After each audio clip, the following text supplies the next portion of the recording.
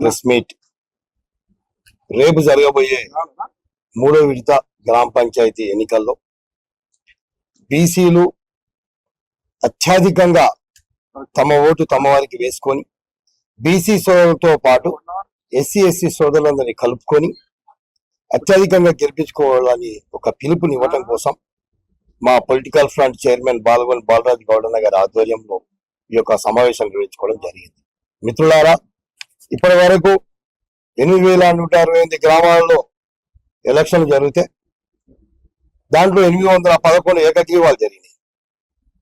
ఈ ఏకగ్రీవాలు జరిగినటువంటి స్థానాలు పూర్తిగా జెండలు వచ్చిన కాడ, బీసీలు వచ్చిన కాడ కుట్రపూరితంగా ఈ ఆధిపత్య వర్గాలు కాంగ్రెస్, బీజేపీ, బీఆర్ఎస్ పార్టీలను ఒకటై లక్షలాది రూపాయలు, 50 లక్షలు, 20 లక్షలు, 30 లక్షలు, కోటి రూపాయలు, 2 కోట్ల దాకా వేలంపాట పెట్టుకుని అమ్ముకోవడం జరిగింది.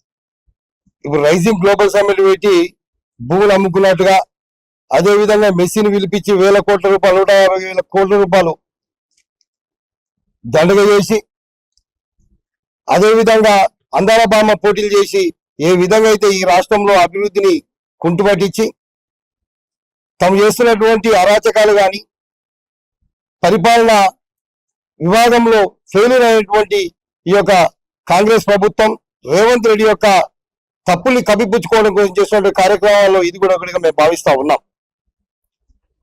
ముఖ్యంగా బీసీ, ఎస్సీ సోదరులందరూ చైతన్యమయ్యారు.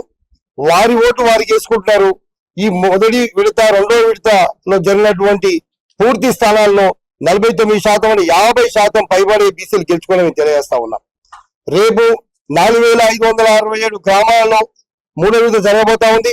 బీసీ, ఎస్సీ సోదరులందరూ చైతన్యమై తమ ఓటు తమకు వేసుకోవాల్సినటువంటి అవసరం ఎంతైనా ఉంది. బీసీలను గెలిపించుకోవాల్సినటువంటి ఆవశ్యకత ఎంతైనా ఉంది.